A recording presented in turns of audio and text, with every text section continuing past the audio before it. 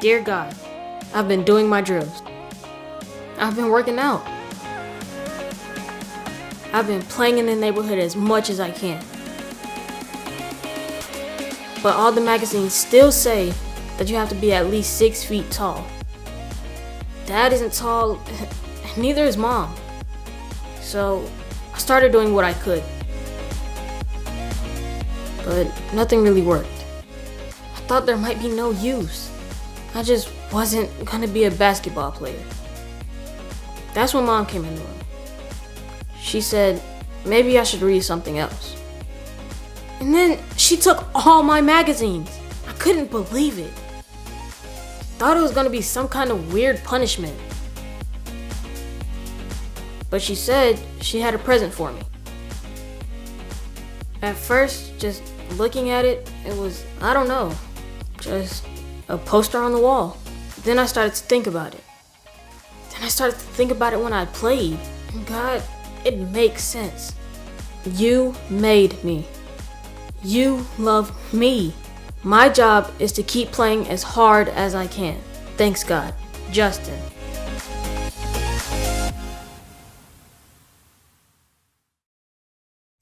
Good morning, CPC kids. I'm E. Rice, and I'm so excited for this month, July. We have a new theme, sort of. It's actually the same theme as last month and for Summer XP, and that is press play, get in the mix. But getting in the mix is no fun by yourself, so I have my friend, Glendy. Hello. Hi, Glendy. Hi, Erica. How are you? I'm good. Good. How are you doing? Good. I heard we're playing something fun today. Can you We tell me are. about it? We are playing Finish It. Finish it. Ooh, Woohoo! look at I did that. it. Good job. So we're just going to read a scenario and then we're going to explain our answer. Sweet. And it helps us get to know each other, right? I think you Yes. said. Perfect. And those and- at home, add your answers so we can get to know you too. Yep. That's it. So here we go. All right. Not that one. This one. Ooh. If you had an extra hour each day, I would use it to Nap. Same. Perfect. Totally. Perfection. So what did you guys write at home? Okay. Next one. If I was on a 7-hour flight, I would want to sit next to Glendy. Erica. Oh, we're so cute. Look at us. If I could become an expert in anything, I would be Hip hop dancer. mountain Boom. climber. Oh. Maybe we could combine the two and we could hip hop on a mountain. On mountain. That sounds good. What would you guys do? If you could be an expert in anything, what would it be? If I could get rid of If I could rid the world of one thing, it would be hate. Oh. I picked a really selfish one. That was good. I was just going to say because the world needs that. I would say ants. But I'm sure there's some reason why we need them. But Ants is good. I would say ants. Like the bug, not the person, just to be clear. Okay. If I were the 8th dwarf, my name would be... I don't know why Soggy came into my head. It's perfect. I was going to say funny. I don't know why I picked Soggy. But What did you guys write? I like yours. That's good. That's perfect. If I won $1 million, I would immediately buy... What would you guys buy? I don't know. What would you buy, Glendy? I would buy my friend a house. Oh, your answers are so sweet and not selfish at all. I would also buy, oh gosh, I don't know. Yeah, I don't know. I'd probably buy a really cool car. No, that would be cool. Yeah. Actually, I would go with you on Yeah, your cool car perfect, ride. perfect. We would buy matching cool cars. Oh, how cute. We can take them to the mountains when we do hip hop. It's perfect. Dancing on the mountain, I know. If I knew it was impossible to fail, I would. That's good. If I knew I could not fail at something, what would I try? I would do surgery. Ooh. Again, you are so helpful to those around you. I would say I would want to fly a plane. Oh, that's a good one. That could be fun if I knew it. I would do surgery on your plane. It's perfect. Our answers just flow together. What would you guys do at home? Yeah. If there was a slogan for my life, it would be... Are we talking slogan like a jingle? Like, I don't know. I couldn't think of any jingles. Like a saying? Yeah.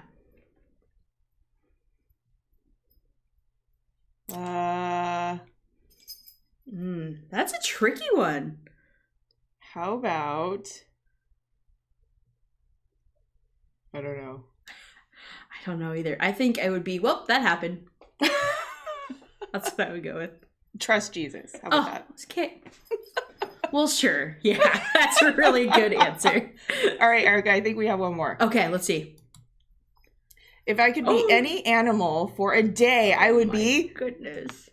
Do you have it? Oh, this is so hard. Do you have one? You should go first. I already have one. Okay, you go first. I'd be a giraffe. A giraffe!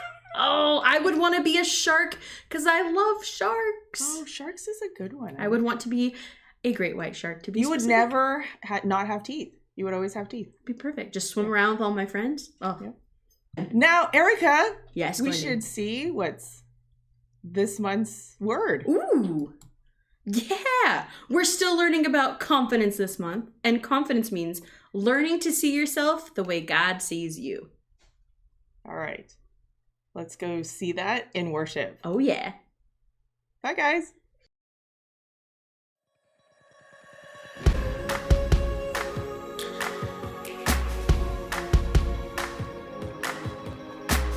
I know the reason why my feet can't stop, my heart can't help but sing. It's a wonderful feeling to feel your love for me, to feel the joy you bring. Your love is the answer, so I sing to you. The reason is you, Jesus. You're why I'm singing now. The reason is you, Jesus. You're what it's all about. At the cross you set me free, and I'm thankful that you love me. Whoa.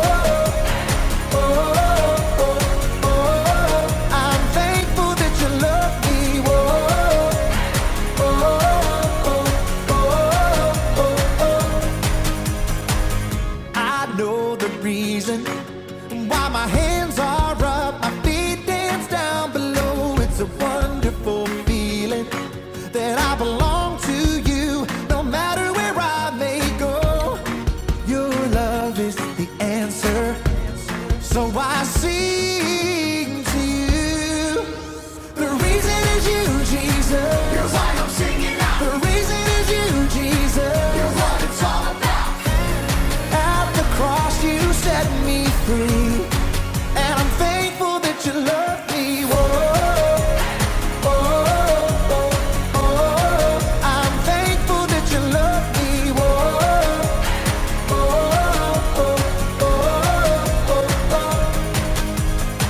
All right, let's get it. Come on. 1, 2, 3, sing. I can't stop this feeling. Jesus, you're the reason. I never wanna shake this feeling. Jesus, you're the reason. I can't stop this feeling. Jesus, you're the reason. I never wanna shake this feeling. Jesus, you're the reason. The reason is you, Jesus. You're why I'm singing out. The reason is you, Jesus. You're what it's all about. At the cross you set me free, and I'm thankful that you love me. So thankful that you love me.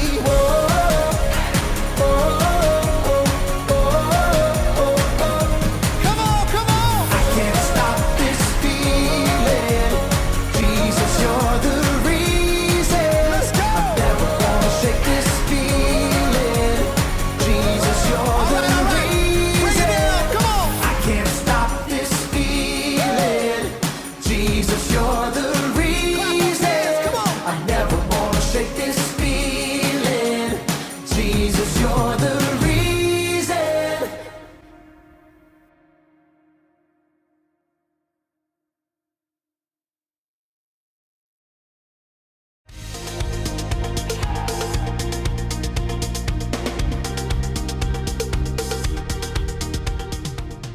Hey everybody, I'm Graham. I've always had the dream of becoming a professional singer. The wheels on the bus go round and round all through the town. I'm kind of afraid to perform in front of other people, but lately I've been starting to gain confidence. Confidence is learning to see yourself the way God sees you. I think it might help if I didn't have to perform all alone. Like maybe if I was in a band with a guitar player and someone on the drums and maybe a keyboardist. I think a band is the way to go for me. I wonder how we would all sound together. 2, 3, 4! The wipers on the bus go swish, swish, swish all through the... Well, despite how that sounded, I actually did feel more confident. So I guess what they say is true. There is strength in numbers. Or there's confidence in numbers. With a band, you never feel like you're alone. In today's story, we'll hear about 3 guys who were in a really hot situation, but they didn't have to face it alone. I wonder if my band needs a brass section. No, probably not. See you soon. Good morning, CPC kids. My name is Shelly, and I'll be telling our Bible story today. Today's story is a doozy. It has heroes, it has villains, a fire pit, and even a giant golden statue. Now, to help tell this story, I'll be using one of my most favorite art supplies ever. We've got Mr. Dump Truck here to show us what it is. Whoa, that's right. It's googly eyes, people. And it just so happens that I have a ton of them. Googly eyes make everything more fun. They can make any character come to life. Think about Forky from Toy Story 4. All right, let's pick up the action in the book of Daniel, chapter 3 in our Bible. Now, during this time, the king of the land of Babylon was King Nebuchadnezzar. Can you guys say that? King Nebuchadnezzar! Shout it out! King Nebuchadnezzar! That's right. Now, King Nebuchadnezzar is going to be played by my dump truck here. Why, hello there, King Nebuchadnezzar. He looks so silly. King Neb decided to make a giant statue completely out of gold. And to play our giant statue, we're going to use our locker. That's our giant statue. This statue was 90 feet tall and 9 feet wide. And the king sent for every royal and official in Babylon, all of them, the rulers, the governors, advisors, treasurers, and court officials. They all came together to see this monstrosity. Let's go ahead and bring in our officials. I've got a red cup, some baby wipes, a microphone, and some little pistachio nuts, because why not? Let's turn them into people.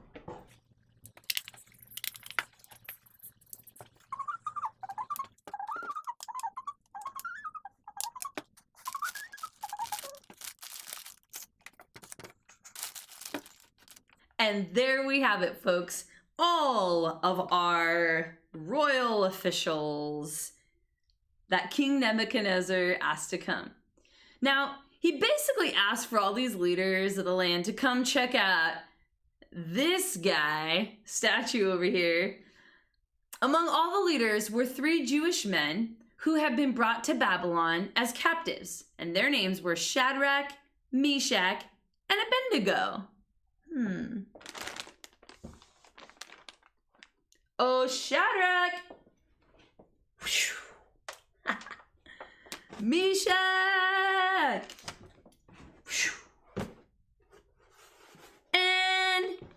Abednego.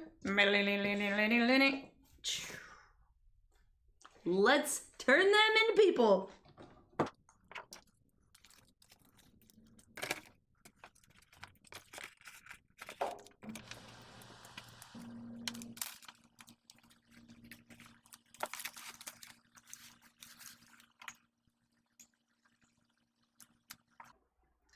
That's right. We have Shadrach, Meshach, and Abednego. These three guys were captured when Babylon took over their kingdom. And even though King Nebuchadnezzar had his own ideas and laws, these three men stuck to what they believed in. The one, the true, the only God.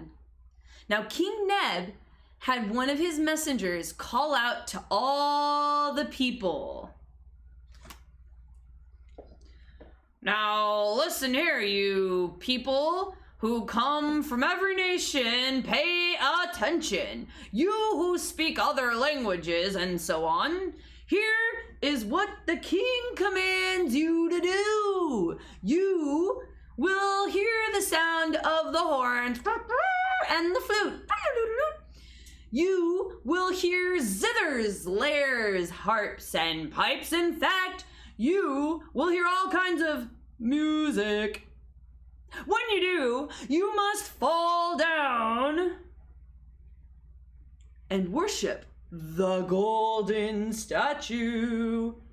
That is the statue that King Nebuchadnezzar has set up. If you don't, you will be thrown into a blazing furnace right away. Whoa. What? Did you hear that? The people had to bow down to the king's statue or else they'd be thrown into the fire. And soon after, all the instruments started playing. The zithers and lyres and harps and pipes, and all of the people started bowing down. Bow, bow, bow, ksh, bow, bow. Ksh. Everyone except for these three guys, Shadrach, Meshach, and Abednego. These guys weren't bowing to a statue. They only worshiped the one true God. Well, some of the others noticed that these three Jewish men weren't bowing, and that was a big no-no. They ran over to the king. King Nebi. And they told him, let's read Daniel chapter 3, verse 12. You have appointed some Jews to help Daniel govern Babylon and the towns around it. Their names are Shadrach, Meshach, and Abednego. But they don't pay attention to you, King Neb. They don't serve your gods, and they refuse to worship the golden statue that you have set up. King Nebuchadnezzar got really, really mad.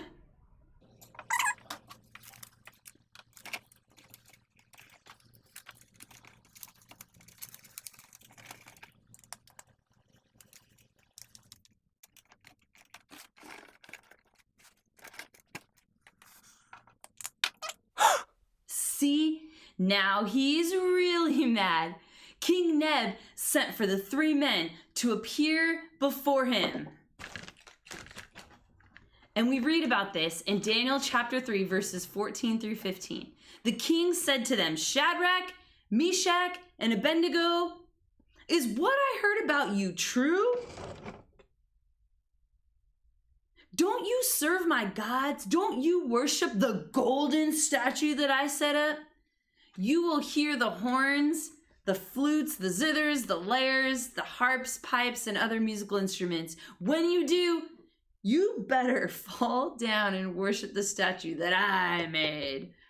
If you will, that's very good. But if you won't, you will be thrown at once into the blazing furnace. Then what God will be able to save you from my power? Angry King Neb said. Shadrach, Meshach, and Abednego, they weren't worried at all. They were confident. They trusted that God was with them. And they told the king in Daniel chapter 3, verse 17 through 18, we might be thrown into the blazing furnace, sir, but the God we serve is able to bring us out of all of it alive. He will save us from your power. But we want you to know this, your majesty, even if we knew that our God wouldn't save us, we still wouldn't serve your gods. We worship God. We would not worship the golden statue that you set up.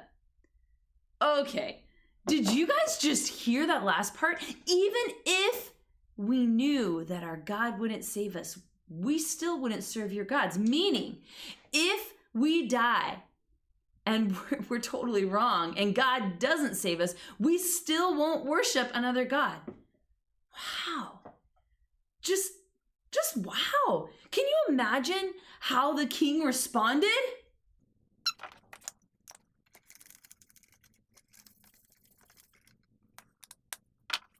King Neb was even more angrier. He was furious. He was so mad that he ordered the furnace to be heated 7 times hotter than normal.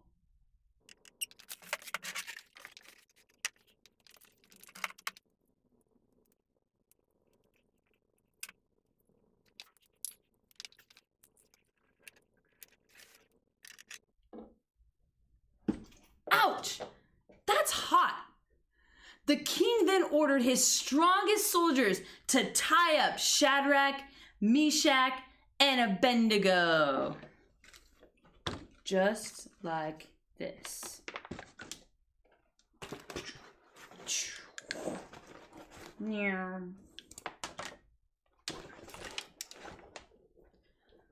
He told the soldiers to throw the men into the burning furnace. It seemed there was no way that Shadrach, Meshach, and Abednego could survive. Ah! King Nebuchadnezzar leapt to his feet. And he said this. In Daniel chapter 3, verse 24. Didn't we tie up these 3 men? Didn't we throw these 3 men into the fiery furnace? The advisors looked at each other and they were like, yeah, you basically just saw us throw them in there, King Neb. But the king looked inside the furnace and exclaimed, look, I see 4 men walking around in the fire and they aren't tied up at all. And the fire hasn't even harmed them. The 4th man looks like a son of the gods. The king got as close as he could to the opening of the hot furnace and he shouted for Shadrach, Meshach, and Abednego to come out. Shadrach! Meshach! Come out! Abednego, you too! Sure enough, the 3 men came out of the fire. They were completely unharmed. They didn't even smell like smoke. Not even a little bit. King Nebuchadnezzar couldn't believe what he had just seen. Oh, my guys are falling. In Daniel chapter 3, verse 28, it reads, May the God of Shadrach, Meshach, and Abednego be praised. He has sent his angel and saved his servants. They trusted in him. They refused to obey my command. They were willing to give up their lives. They would rather die than serve or worship any god except their own. King Nebuchadnezzar was so impressed that he made a new decree. He said, And Daniel chapter 3, verse 29, no other God can save my people this way. So I'm giving an order about the God of Shadrach, the God of Meshach, and the God of Abednego. No one may say anything against him.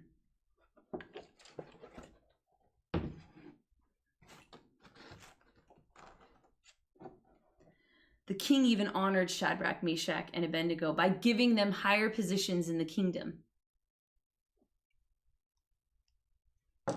The end.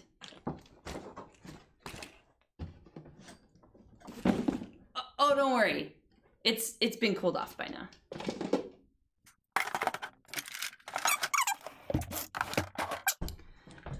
That was a pretty amazing story, right?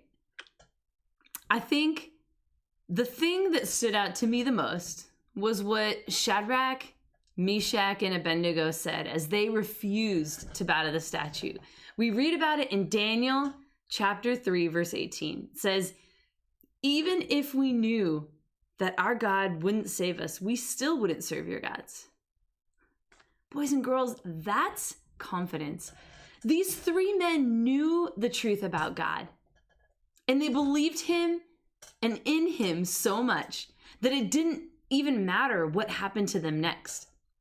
They knew that God was with them even in the fiery furnace. See, when you trust God, you can live with confidence because you know that he's always with you.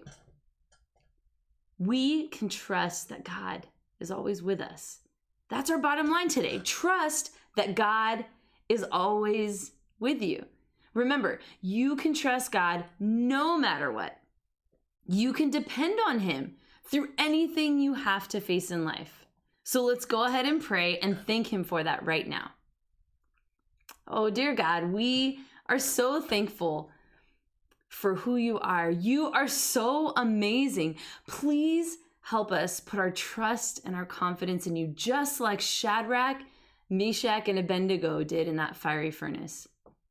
You were with them that day in the furnace, in the fire, and you kept them safe. And God, we know that no matter what our trial is, no matter what our hardship or the tough situation we're facing, that we are not alone.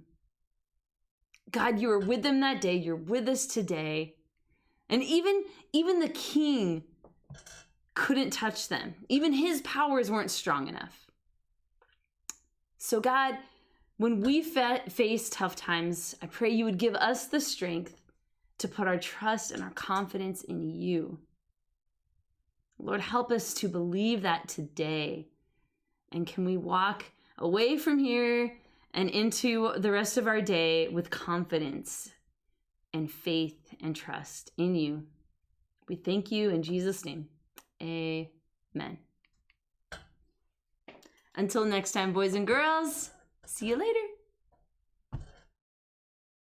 Shadrach, Meshach, and Abednego had a ton of confidence, didn't they? They stood for what was right even when they knew what was at stake. And they stood together. All three were thrown into the fiery furnace, and miraculously they weren't alone. God was in there with them the whole time. That's how it is with us too. God is always with us. In fact, after Jesus died and came back to life, one of the last things he said to his disciples was this: you can be sure that I am always with you to the very end. So that means when you have to do something scary, God is with you. When you feel like you're too tired to move, God is with you. When you need strength, God is with you. And when you're with a band of friends who know you and care about you, God is also there with you. God loves you so much, and he won't let you face this life alone. So here's the one thing to remember today. Trust that God is always with you. Remind yourself when you're feeling less than confident that you are never alone. Well, I should probably get in some practice with my band. Didn't sound very good earlier. I think we need a little Band-Aid. Get it? Band-Aid? I'll see you next time.